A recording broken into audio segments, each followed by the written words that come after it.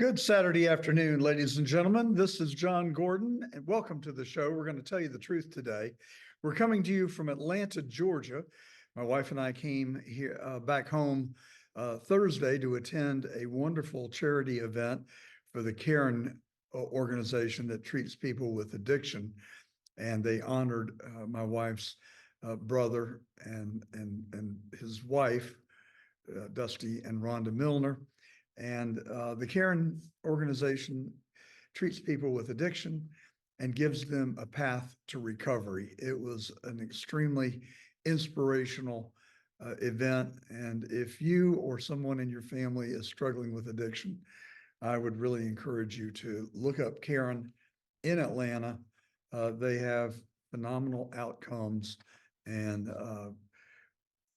have really helped people, including relatives in our family. Later today, I will be at the District 6 congressional meeting for the Republican Party in Georgia, where I will be running as a delegate to the Republican National Convention to be held later this summer in Milwaukee. So I will keep you posted on how my candidacy turns out. I'm looking forward to it. I don't necessarily want to go spend a week in Milwaukee, but I do very much seek to make a difference and do what I can as just one individual to help do what I consider to be our civic duty and to save our country, help save our country. I have no delusions that I'm single-handedly going to do that, but I do have every intention of doing what one person can. I've never seen this country in my life in worse shape than we are right now. Not during the civil rights riots of the 60s, not during the Vietnam War, not during the financial collapse of 2008, not during the COVID-19 debacle. Never in my entire life have I been more concerned about our country due to threats from outside our country, due to the emergence of what could become a world war, due to what I believe to be threats from within our country. Let's turn our attention to the threats from within, and I would take you straight to the Manhattan courtroom where Alvin Bragg is prosecuting Donald Trump. Now, this is a prosecution that the federal prosecutors looked at and declined to prosecute. They said that there is no there. There is also an issue with the statute of limitations that is I don't even think it's a close call, but somehow Alvin Bragg is weaseling his way around the statute. And the allegation is that Donald Trump mischaracterized the $130,000 that he allegedly reimbursed convicted perjurer Michael Cohen. He labeled it on his books as legal expense. I guess Alvin Bragg thinks that it should have been labeled hush money expense. Fact is, I don't know what he thought it should be, but Trump reimbursed Michael Cohen the money that he allegedly paid Stormy Daniels. Now, interestingly, and I really don't know how the prosecutors are going to get away with this, but Stormy Daniels authored a letter, and she said that she had not had a relationship with Donald Trump and that she had not received hush money. So how is the prosecutor going to deal with that letter in a criminal investigation, a criminal trial, where you have to be proven guilty beyond a reasonable doubt? That letter alone is exculpatory, I believe. It certainly raises doubt. 96 potential jurors presented themselves for voir dire in Manhattan this week. 48 were immediately eliminated due to bias. Each side gets 10 strikes, which they can use because they don't like the way the juror parts their hair. They all used their 10 strikes. So that got us down to 28 potential jurors. They have now sat 12 jurors, 6 alternates. 2 days ago, one of the jurors who was seated eliminated himself, uh, more or less, when it was found out that he basically lied during his voir dire. He said that he could serve impartially. Then researchers found out that several years ago he made very disparaging comments about Donald Trump in his social media post. And so the judge, rightfully, about the only thing the judge has done rightfully, disqualified the juror. So that opened up one more seat. And then a lady who recently became a United States citizen, who is works in venture capital in New York. The pundits thought she might actually be pro-Trump. And within hours, she called the court and said that she did not want to serve, that she felt that she was being targeted by certain media outlets, that she did not want to welcome that into her life. There are commentators who have really done a deep dive into that and concluded that someone must have gotten to this juror. Because, in a criminal prosecution, it only takes one juror to vote no. You have to have a unanimous verdict. It's hard to convict somebody of a crime in this country, or at least it certainly used to be. But now you've got liberal judges who are willing to impose their own bias, like Judge Merchan is doing in this trial in New York as we speak. This judge is completely unhinged. He is not following the law. It is so obvious what is going on, ladies and gentlemen. This is not a trial. It's a witch hunt. It is politics. It is politically motivated. And the goal is to prevent Donald Trump from being able to serve as president of the United States. They will stoop to no known lows to get their way. And in this particular case, they are relying on their star witness, Michael Cohen, who is serving time in prison for having lied under oath. And he lied under oath in connection with his work with Donald Trump. And he has now developed this very strong anti-Trump bias and is obviously willing to go after Trump and trying to get him to serve his revenge. And he is willing to stoop to new levels of lowness in order to have his way. The whole thing is a disgrace. And as I ponder it, as I think about it, I think about the unintended consequences that this evil is fostering, the things that they are bringing about that I don't know whether they've even stopped to think about the ramifications of what they've done. For one thing, it's obviously causing a strain on Donald Trump and his family. Ivanka Trump is in New York this week. She is certainly nowhere to be seen around the courtroom. Imagine how you would feel if this family dirty laundry was being aired worldwide about your loved one, about your parent. You can draw your own conclusions about whether what Donald Trump did. There's very little doubt in my mind that he had an affair with Stormy Daniels. I mean, let's be real. There's little doubt in my mind that he paid $130,000 in hush money to Stormy Daniels. She was a willing participant the whole time. She was equally to blame or at fault in an extramarital affair with a married man. Yet she's going to be a witness in this trial as well, and they're going to portray her as some sort of a victim. I'm sorry, she was an adult. She made a conscious, willing decision. And then she took the $130,000. She authored a letter saying that nothing ever happened and that the payment was not hush money. So how are they going to deal with all that? How are they going to deal with all that? And do they even stop and think about how their actions are affecting other people, like Ivanka Trump? And what about Melania Trump?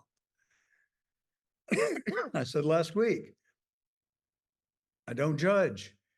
I don't consider it to be my business. I don't think it's germane to the conversation whether Trump had an affair with Stormy Daniels, a tryst, or not. That's just my paradigm. But at least I'm consistent. I'm not.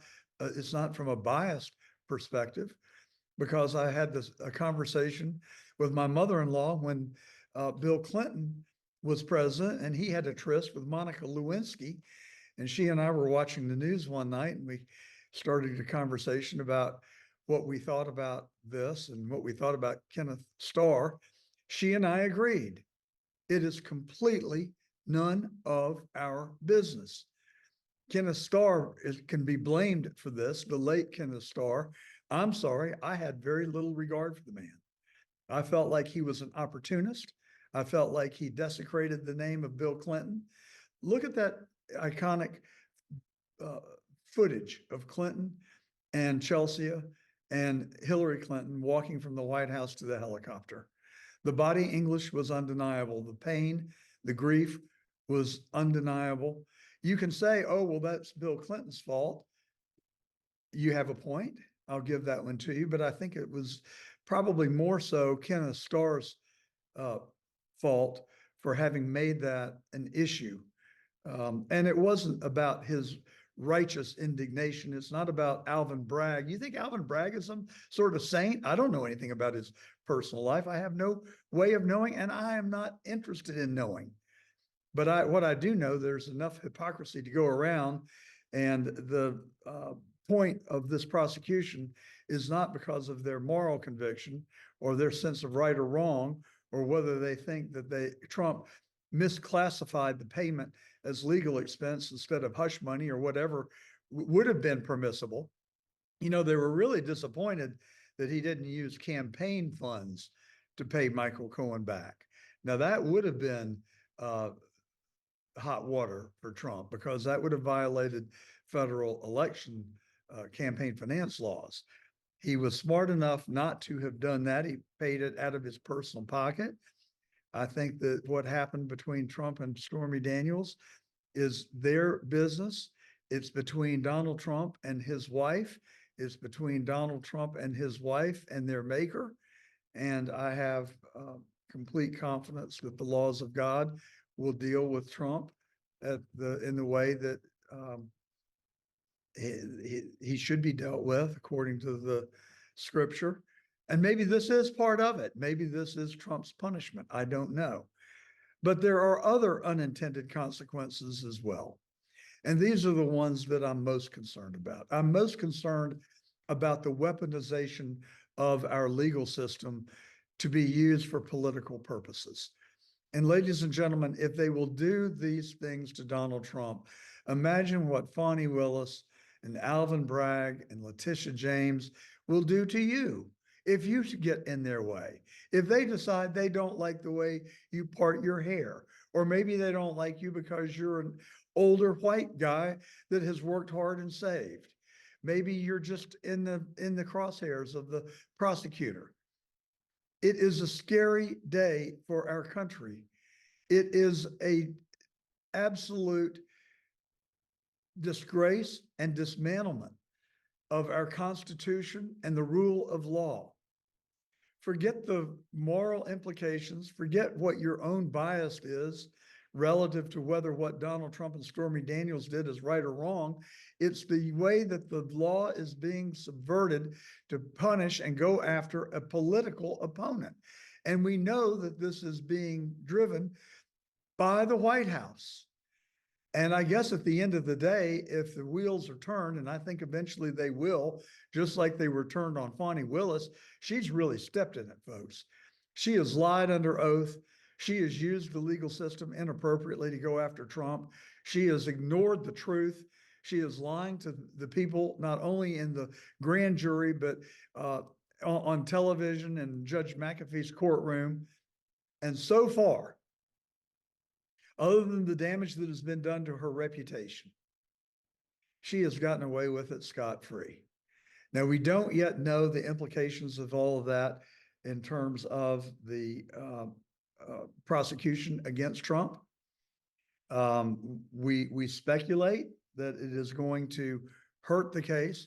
She is under investigation by as many people as Trump is. The difference is her investigations, the investigations against her are legitimate.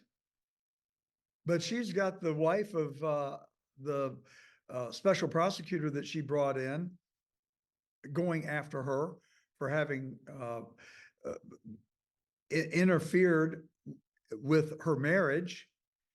And now the Judiciary Committee of the United States House of Representatives, Jim Jordan's committee, is looking at her for the misappropriation of federal funds. The belief is that she took federal funds that were provided under a grant to conduct legitimate, excuse me. Let me tell you, I'm in Atlanta and the pollen is so thick, you can cut it with a knife. That's one thing we don't have to deal with in South Florida so much, but in Atlanta, we live in the middle of a forest. And I got off the airplane on Thursday afternoon, and within 30 minutes, I was coughing and wheezing. The pollen is really tough. So forgive me for that. But back on Fani Willis, Jim Jordan's Judiciary Committee is looking into her. The state Senate special committee on district attorney misconduct is looking into her.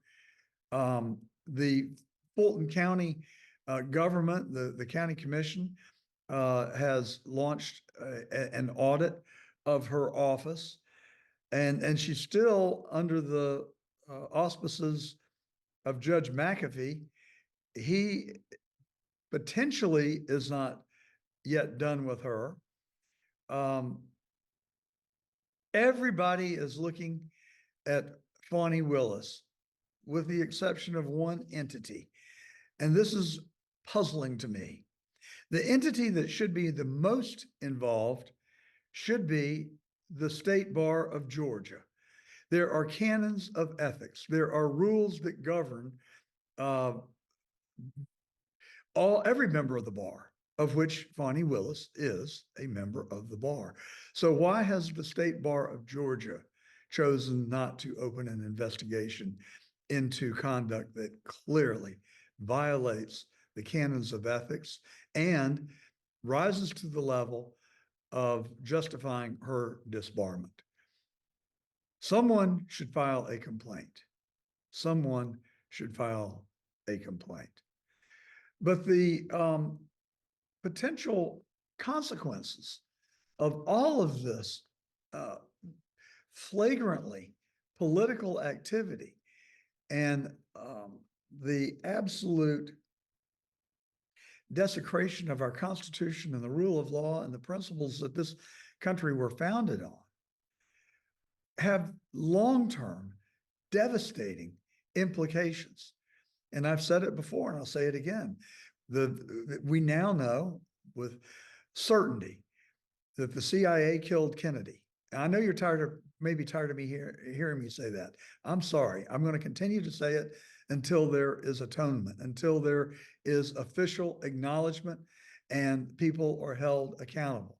Maybe it will happen, maybe it won't. But anyone who thinks that Lee Harvey Oswald acted alone in killing Kennedy, I don't even think he pulled the trigger. I don't think he held the gun. We've covered that before. But here is the point. Here is the point. The only people in this country that don't believe that Kennedy was killed by our own government are the people who have intentionally chose not to look. If you'll spend 2 or 3 hours, read the books, We've talked about them: The Devil's Chessboard, David Talbot; The Unspeakable by Douglas; A Rush to Judgment by Mark Lane. Go on YouTube, watch the videos. The evidence is overwhelming. It is my belief that Allen Dulles orchestrated and killed Kennedy, and Hoover and Johnson covered it up. Okay, what's the point? The point is, if our federal government can literally get away with murder, what is to stop a rogue bureaucrat from going after an innocent citizen?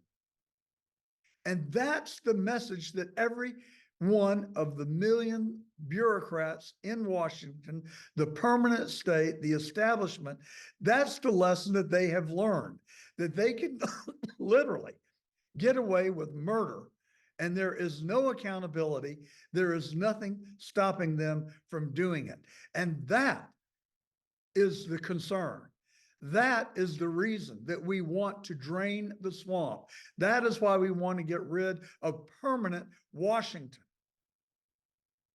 You just look at the CIA, we'll start there. They have unlimited funds and they have no accountability. And they have the ability and shown a willingness to literally kill people. It needs to be reformed.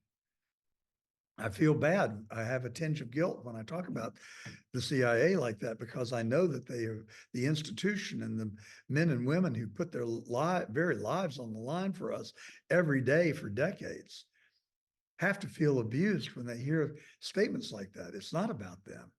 It's about the people who have violated the federal law, who violate the laws of the land and the laws of God in the performance of their duty. There is no justification, no rationalization for the killing of our democratically elected president, who, by the way, was the most popular president in my lifetime, in all of our lifetimes. And so I keep talking about it because it is such a reflection of just how bad permanent Washington has become. And we're seeing it played out now by these bureaucrats who are acting out of partisanship, who are being directed by the White House to get Trump at all costs. Why are they doing that? Have you stopped and asked your question? What would possess someone from doing that, for doing that? The answer is so simple. It's because of their lust for power, because of their greed and their corruption, and their acknowledgement that they cannot win based on a competition for ideas. The only way they can win is by cheating, by lying, and by doing the dastardly deeds that they're doing to prevent a nominee of the Republican Party from having a chance to run for president. Unintended consequences: a destruction of the rule of law; unintended consequences: a desecration of our Constitution; unintended consequences: the havoc, the grief, the stress, the unfairness that they have brought into the Trump family. I feel sorry for the entire family. It's wrong. It is wrong on every level. It's wrong that this trial is being conducted in Lower Manhattan. And just yesterday, a man who presumably was suffering, I assume that he had mental illness, but he went to the courthouse. He doused himself in gasoline and he lit himself on fire. These, ladies and gentlemen, are unintended consequences that should never have happened. The goal: destroy Donald J. Trump.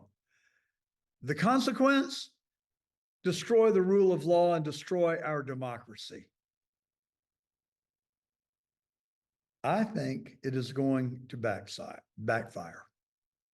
I mean, just think about the potential, ladies and gentlemen. Trump can't get out of New York and go campaign. So what is he doing?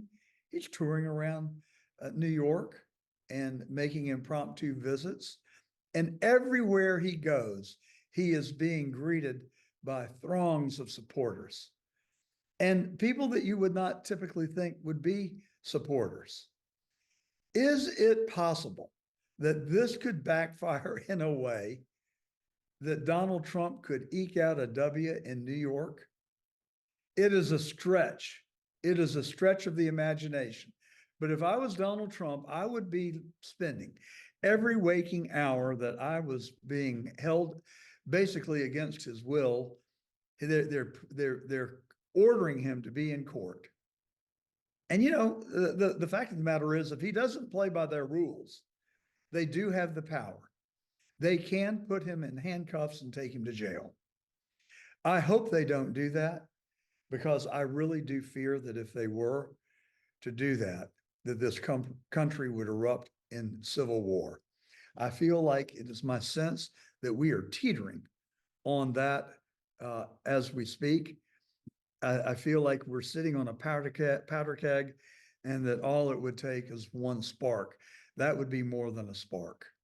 That gentleman who set himself on fire yesterday may be in some sad way a metaphor for what is happening in our country and what our country is, where our country is right now. We are on the brink in so many ways, in so many areas, that it is a scary, scary time. But this could backfire. You know, life has a way of turning out, and you look at all the things that we've experienced personally and in our lives, and we watch what happens to people, to the bad people, or that we read about, or that even we know. Life just has a way of working it all out.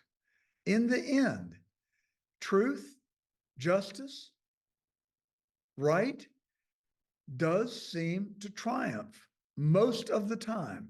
Certainly not all the time. But it is my observation that somehow miraculously things just seem to turn out. Could they turn out for Donald Trump? Could he squeak out a W in New York? Mr. President, go campaign. Every night after court, go hold a rally somewhere. Go make an appearance. The Republican candidate for governor in the last cycle only lost by 2 or 3%. And what we are seeing right now is a shift in the way that many non-traditional Republicans are thinking. When you look at Black people, and you look at Jews, and you look at people who have gotten the short end of the stick, who have drawn the short straw every time, they are coming to Trump, because they are seeing the persecuted. One of the results of people who are persecuted is that they develop a big heart and a sympathy, compassion for others. And I see that being played out right here in front of us. And I don't know if you know Stephen A. Smith. He is a sports commentator turned podcaster. And this is what he had to say about this phenomenon that we see playing out right here before us. Let's play clip one. I was a guest on Fox News' Sean Hannity's show last night to discuss the upcoming election, the trial, and Trump. Some people weren't happy about what I had to say. Take a listen. But I got to tell you something. As much as people may have been abhorred by Donald Trump's statement weeks ago, talking about how Black folks, he's hearing that Black folks find him relatable because what he's going through is similar to what Black Americans have gone through, he wasn't lying. He was telling the truth. When you see the law enforcement, the court system, and everything else being exercised against him, it is something that Black folks throughout this nation can relate to with some of our historic, iconic figures. We've seen that happen throughout society. So no matter what race, what ethnicity you may emanate from, we relate to you when you're suffering like that, because we know we have. Well, Stephen A. Smith has said, he said conflicting things. One, that no way he's going to vote for Trump. Then he said, well, I might consider voting for Trump. And right now, I'm not sure where he stands, but what he is saying is that that black people see Trump being treated as their people have been treated. And who could deny that? And that was a dark period of our nation's history. And we've come a long way since the 60s, but it bears noting that many black people were unfairly prosecuted and wrongly convicted. Ergo, the Innocent Project. I don't know if you know it, but there is a philanthropic organization that goes around the country, and with the advent of DNA, they have been able to provide proof positive that people that are literally living on death row did not commit the crime of which they were convicted. Most of the time, those are African American people, largely men. And so my point is that black people who were persecuted in this country and Jewish people who have been discriminated against and have been persecuted since the beginning of time are starting to realize that Donald Trump is not being prosecuted, he is being persecuted. And they are coming over to him.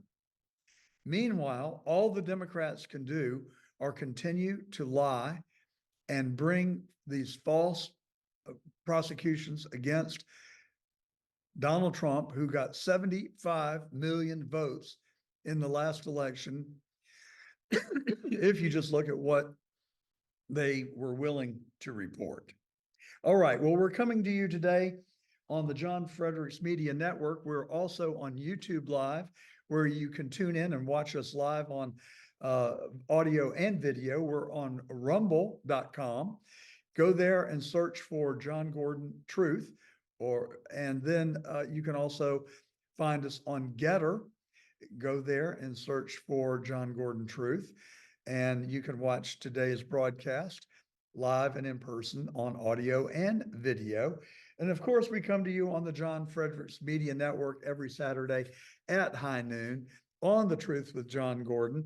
Today, we are broadcasting from Atlanta, Georgia, where we come to you on WMLB. And aside from the pollen, it is a beautiful day in Atlanta. I don't know if you've flown over Atlanta before, but if you look down from the Great Smoky Mountains to just south of Atlanta, we live in the middle of a forest, and it is a beautiful place to live.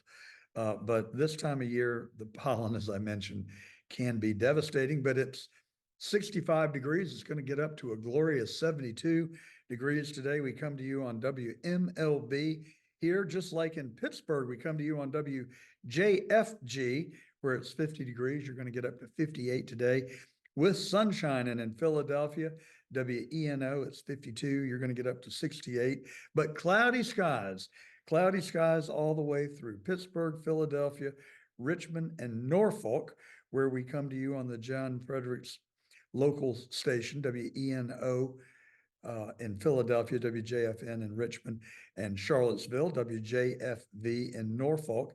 You're going to be you're in the mid 50s right now. You're going to get up into high 60s and low 70s. Then in Nashville, on our new station there, WENO, Nashville is 50 degrees and cloudy. You're going to get up to 66 there. WMMN and WGYE are our flagship stations covering the state of West Virginia, where you are at 51 degrees. It's going to be sunny and up to 66 today.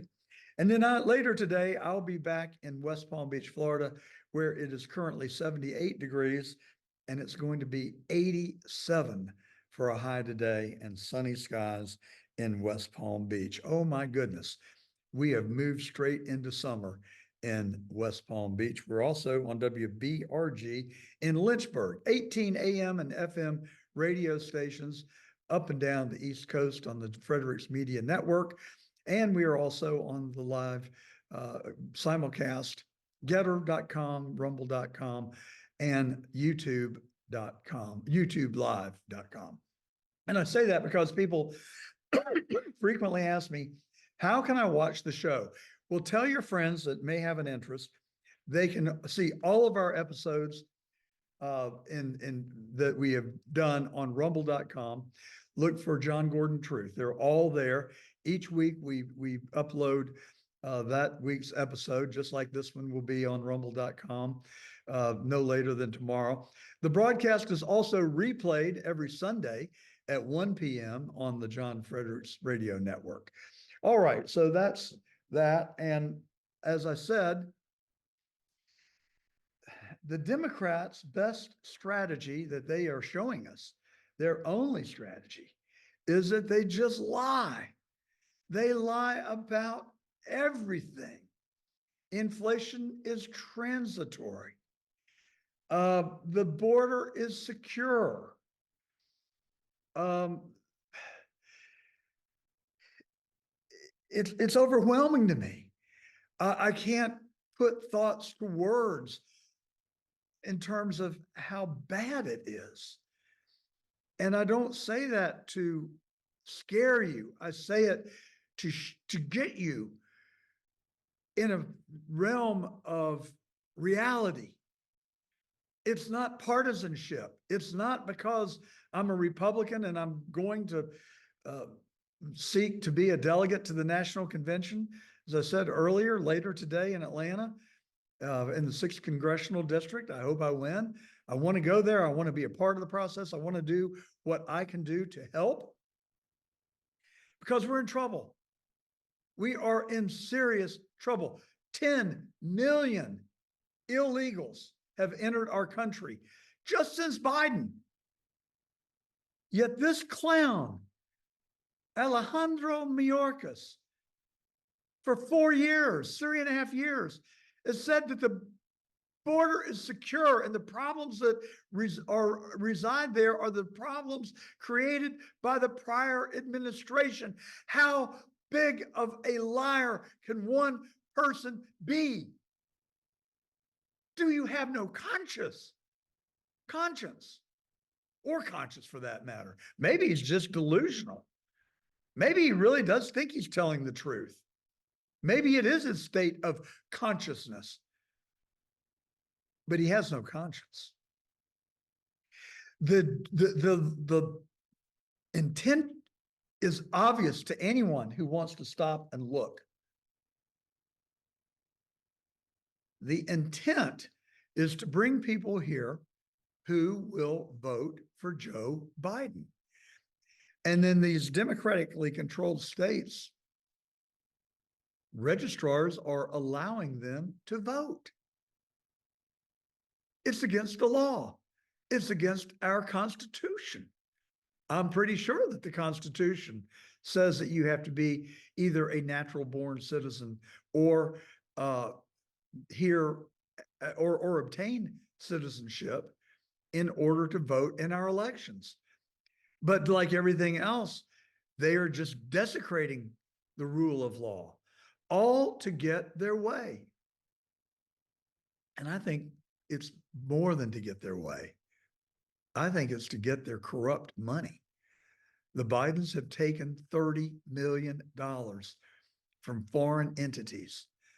$30 million, not just foreign entities, foreign adversaries, from Russia, from the mayor of Moscow, from a Russian oligarch, from the Ukraine. Hunter Biden collected almost $1 million from Burisma, which put him on their board of directors. You think they put him on the board of directors because of his intellect, because of his experience in energy? No. They put him on the board of Burisma because his last name was Biden, and they knew that his father was corrupt. They knew, and you know, and I know, that his father is a bad person because he has been willing to put his son in the position of the bag man. Not only is Joe Biden corrupt, but he has corrupted his own flesh and blood. And he is silencing his family by sharing the ill-gotten gains with them. The money comes in, it goes to one of their 20 LLCs, it's distributed to Hunter Biden Jim Biden, and don't forget 10% for the big guy. And you don't have to worry about, they don't have to worry about unintended consequences for their family.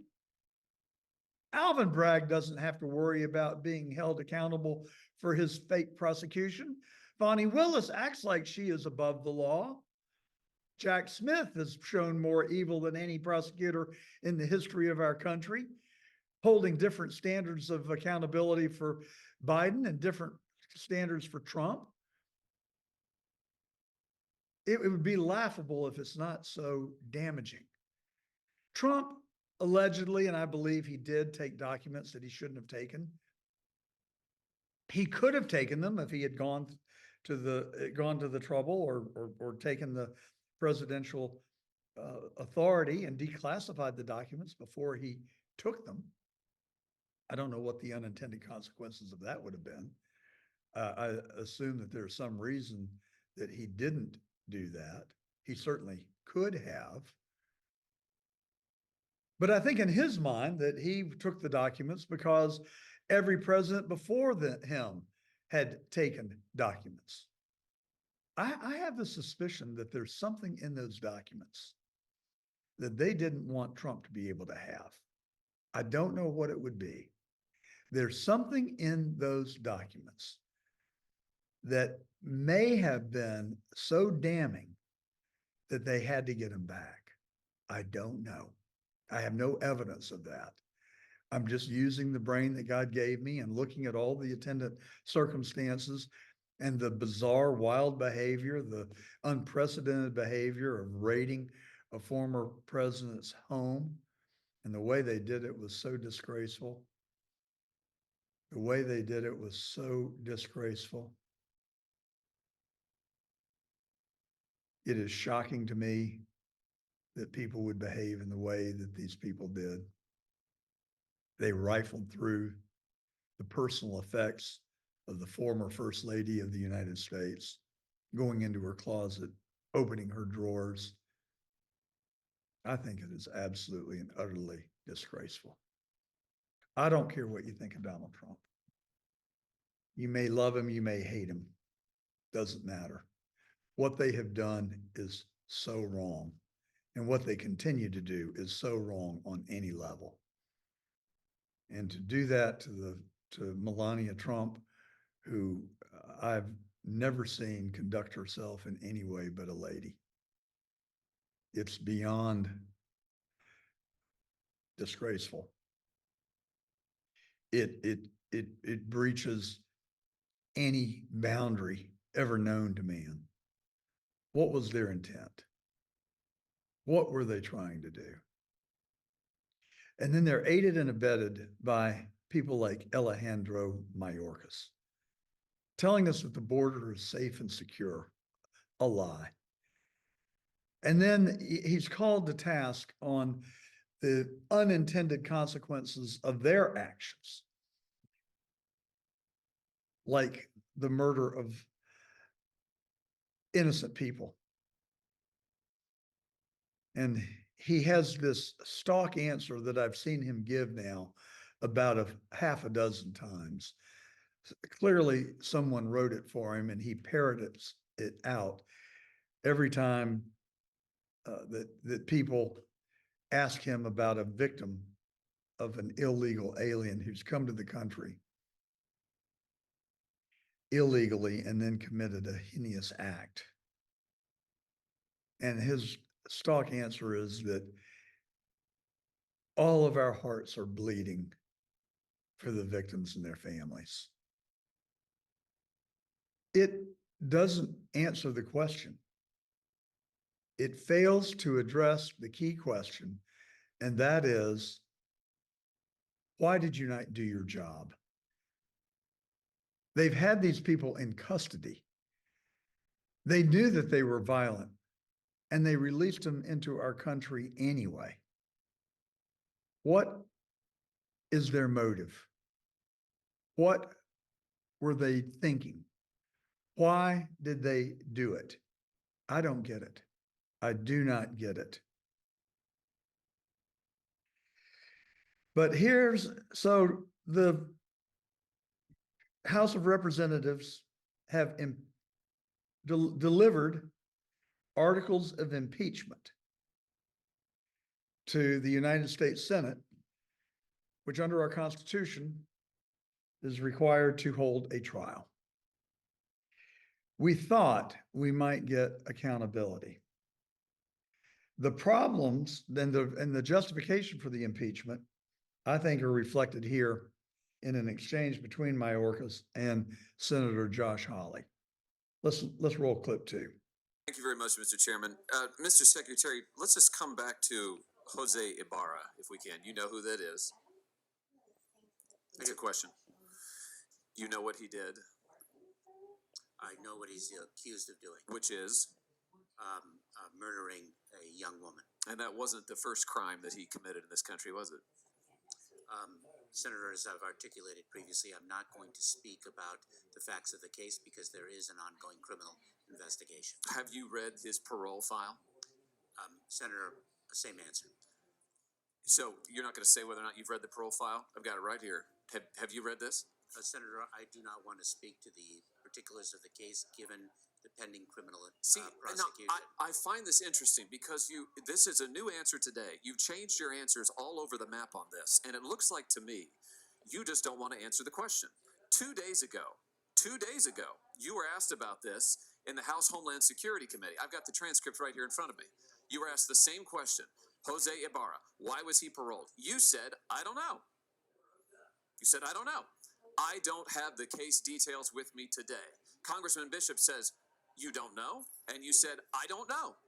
I don't have the details with respect to that individual's case, but I would be pleased to provide them to you, Congressman. You didn't know 2 days ago.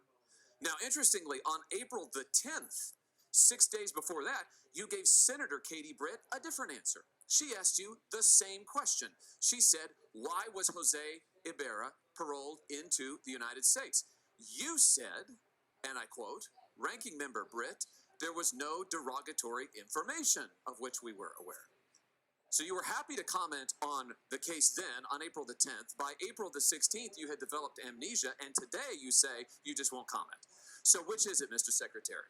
Now that we have the file, I'll tell you what the difference is.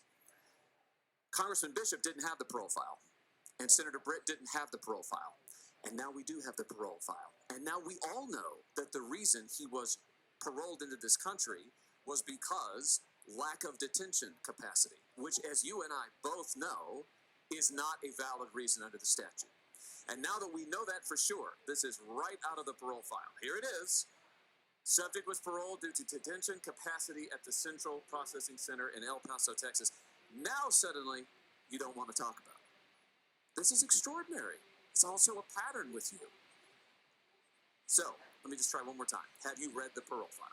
Senator, I'm going to give the same answer. And let me say, Well, which one? Are you going to give me the answer you gave to Senator Britt? Are you going to give the answer you gave to Congressman Bishop? Or the answer you gave to Senator Paul? Or do you want to try a fourth one? Senator, I will not speak to the particulars of the case given the pending criminal prosecution. Yeah, well, I'm sure. Well, you certainly, of course you don't want to, because it is an absolutely damning indictment of your policy. You can see the disingenuousness. You can see the lack of respect for our rule of law by Mayorkas. And we thought we would get accountability. We expected that the Senate would, as they've done for 250 years, in a dozen prior instances, we thought that they would do their job. Did they? Well, we'll learn in a moment. But here is another clip 3, and I think Rand Paul sums it up just perfectly. For what reason was the alleged killer of Laken Riley, Jose Ibarra, paroled and allowed to come into this country? Ranking Member Paul, first and foremost, all our hearts break for the family of Ms. Riley. Secondly, the perpetrator of this heinous criminal act needs to meet justice to the fullest extent of the law, and I will not comment on the particulars of the case because the matter is being prosecuted by authorities now. This isn't on the case of whether or not he murdered her. This is on the case of why you paroled him. Why was he paroled? My same answer, Ranking Member You're Paul. refusing to answer the question. I have provided my answer, Ranking Member Paul. You're refusing to give any specifics about Jose Ibarra. Well, I have the documentation, and the document says that the subject, the person accused of killing Laken Riley, was paroled due to detention capacity. It was full. So is detention capacity statutorily allowed to be used as a reasoning for parole? Allow me to assure you that individuals who pose a public safety threat or national security are our highest priority for detention. The reality, not just with respect to this administration, but every administration that precedes me, is that the number of encounters has exceeded the number of detention beds available. The question is it statutorily, legally allowed to use the excuse that our camp is full? He was paroled due to detention capacity. Is that allowed under the law? Ranking Member Paul, my prior answer stands. Which means you're not going to answer the question. Are you pleading the Fifth Amendment? No, Ranking Member Paul, I've answered the question. Well, no, you haven't. The question is very specific. You have testified previously, and you have testified today, that there are two reasons you can be paroled: urgent humanitarian need or significant public benefit. That's not the reason listed. The reason listed is parole due to detention capacity. Well, we thought we would get accountability. We thought that the Senate would do its job. But once again, we were failed. Let's roll clip 4 now. And this is Senator John Kennedy. And he'll fill you in on the rest of the story. 2 days, you're going to hear one of my colleagues, the majority leader, say we don't need to hold a trial. He's going to say the evidence is insufficient. It's not worth our time. I want you to think for a moment. Just ask yourself this question. How does he know the evidence isn't sufficient? How does he know? He hadn't heard the evidence. What you're about to see, folks, it breaks my heart to say this. Over the next 2 days, what you're going to see is it's not about the evidence. It's not about the law. It's not about the process. It's not about, but should be, 250 years of precedent in history. It's about raw gut politics. So the Senate did not do their job. They decided, the majority leader actually decided that there was not enough evidence to convict Alejandro Mayorkas of impeachment. There was not enough evidence to impeach him. And the grounds for the impeachment was that he just failed to do his job. He has not fulfilled his job, and he is responsible for stopping the influx of illegal aliens at our borders. And he has utterly failed. But I don't think that he's failed the job. I think he has intentionally opened the borders. And I think that Biden has directed him to open the borders. And I think that they feel that they're going to be able to pick up 10 million illegal votes in the 2024 election because they know that cheating is the only way that they're going to win. They are not winning the American people over. The polls all show that Trump is ahead. Recent polls have shown that Biden is starting to close a little bit. Now, that's a scary thought. But the reality is that all of the prosecutions, all of the things that we're witnessing in real time are singularly designed to stop Trump. Well, I hope that you will become active. I hope you will get off the couch. I hope you will get to work and help save our country. And I hope you will also support the sponsor of today's show. Like yourself, doing business requires a high level of trust and competence. So I'm careful with who I deal with. I've known the owners of First Liberty of Georgia since 1972. That's over 50 years, folks. And I know the entire family, including Brant the fifth and Brant the fourth. I know a lot of our listeners are entrepreneurs, and many of us are MAGA. We own our own businesses or we run businesses, small, medium, and large. But have you been to the bank lately and tried to get a loan? Well, if you manage a business and you want to expand, maybe you want to grow your inventory, build a new building, or refurbish an existing one. Maybe you want to expand into a new territory or expand into another state. Well, if you need capital from 250,000 to 10 million, go to firstlibertyga.com. They are the real deal. They are my friends. Brant the father, Brant the son. They're in Noonan, Georgia, but they serve all 50 states in America, and they are backed by the Small Business Administration. Guess what? They've been in business since 1990. They're MAGA, they're Trump, they're the real deal. And in just 10 minutes, you can get pre-qualified by phone. Don't let the banks stand in the way of your dreams. If you want to grow your business, now is the time. FirstLibertyGA.com. That's who you can go to for financing. Go to FirstLibertyGA.com. Check these guys out in just 10 minutes. They'll tell you whether you're qualified for 250,000 up to 10 million. They're there for you, and you're not going to get the ream of paperwork that comes with a loan from a bank. I've gone through that. Forget all that. They're strong Christians. They're strong conservatives. They're strong MAGA Republicans. And I personally like to support the patriot economy.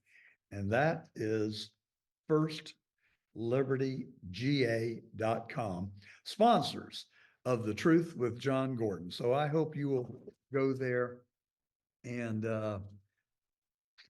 talk to them about capital for your business. Well, that's going to pretty much wrap it up for this Saturday, but I do want to make one observation that I am very concerned about, and that is the safety of our country. We talked at the beginning of today's broadcast about threats from outside the country and threats from inside the country. We've talked about the threats from within. We also know that thousands of military-aged men have come here from China, from our enemies like Iran and Iraq and Afghanistan and Libya. It's really scary, folks, and I fear that they're in sleeper cells and that we could be on the verge of a major attack on our country from terrorists. But I also worry about what's going on in the world outside of the United States. We know that there's a horrible war going on in the Middle East. We know that there is a horrible war being waged between the Ukraine and Russia. And don't make any mistake, we are certainly there and have a large presence and are part of that war, even though the Biden administration would lead you to believe otherwise. Oh, we're just providing money and armaments. Well, don't kid yourself. Those armaments are being used against Russia. And it's a very dangerous thing that the Biden administration is a dangerous position that he and his administration have put us in. I have every belief that there will be an October surprise. Maybe it will be a September surprise. I don't know. I really don't. Will it be a terrorist attack inside our country that will further divide us and put us in a state of chaos? Will China make a move on Taiwan? They know that if they're going to do it, they better get going, because if they don't, they might have Trump to deal with. They don't want to have that potential to come about. So there's a lot to be concerned about in terms of what is happening on the world stage. Could we devolve into world war? I think it is a very real possibility. What might happen then? Well, one thing that I can see happening is that the President of the United States and the Democrats might call for a suspension of our national elections, leaving themselves in power because of the on national security grounds. I think it is a possibility. I'm not willing to predict that yet, but it's something that the thought more than occurs to me. You just see all this occurring, and it almost all feels like some kind of a lead up to the elections in November. And we don't know what the Democrats are going to do, the liberal Dems, the people that care more about their own power and their own corruption than they do the greatest country on earth. They talk so virtuously. They talk about Donald Trump being a threat to our democracy. He's not a threat to our democracy. He is the savior of our democracy. The people who are uttering those words are engaging in pure projectionism. They are the threat to our democracy. And you have to ask yourself, don't they want their children and their grandchildren to be able to live in a free country? I think it goes beyond that. I think it's sinister. I think that they're corrupt. I think they're collecting these millions of dollars. And I think it's probably, my guess is without proof that it's a lot more than 60 million, which is what Marsha Blackburn from Tennessee says that she thinks that the Biden family have gotten. But you know, there was some $600 million that went missing in Africa during the Obama administration that has never been accounted for. There are billions of dollars that have gone missing from the Pentagon that no one can explain. I think Washington is a sick, bad place. I think it's rotten to its core. And I think the only salvation may well be Donald Trump. But I'm watching, and I'm not trying to scare you. I'm trying to alert you to what I see as real possibilities. And I think the best thing I can do for the people that listen to this show is to enlighten them on what might happen. And the more light that we shed on it, the more less likely it becomes. I want to be wrong. I want to be found to be dead ass wrong. That Biden doesn't get us into a world war, that the permanent Washington establishment does not somehow manipulate our country into suspending our elections so they can hold on to power long enough to get Donald Trump. I really think they want to put him in jail. And they might get their way. And I fear for his safety if they put him in jail. But they are determined to get rid of Trump before Trump gets them. The difference is, ladies and gentlemen, that other than a tryst with a porn star, they haven't pinned a thing on Donald Trump. But he has got them. We know that Biden has let 10 million illegals into this country. We know that he's taken a minimum of $30 million from our adversaries, and the people that are in on it, they may have taken hundreds of millions. The fact of the matter is we don't know, and we may never know. But there is more than enough evidence to make us very, very suspicious. And if Donald Trump gets back into power, I think that he will expose it all. And it may be the only chance that our country has to get back to our Christian values, our fundamental beliefs in the Constitution and the rule of law. That is my prayer. That is my hope. That is what I wish for. And I hope you will join me in that. And I hope you will stand up and fight for our country. I know that many of you do. I have friends that are poll watchers. I have a friend that serves and volunteers as a mediator. And that's her way of giving back. We all should give back. I admire those who are willing to donate their time and their effort to our country. We all have to join hands. We all have to fight for our country. It's not fighting for Donald Trump. It's fighting for what's right. It's fighting for our Constitution. It's fighting for our preservation. I hope you will join the effort.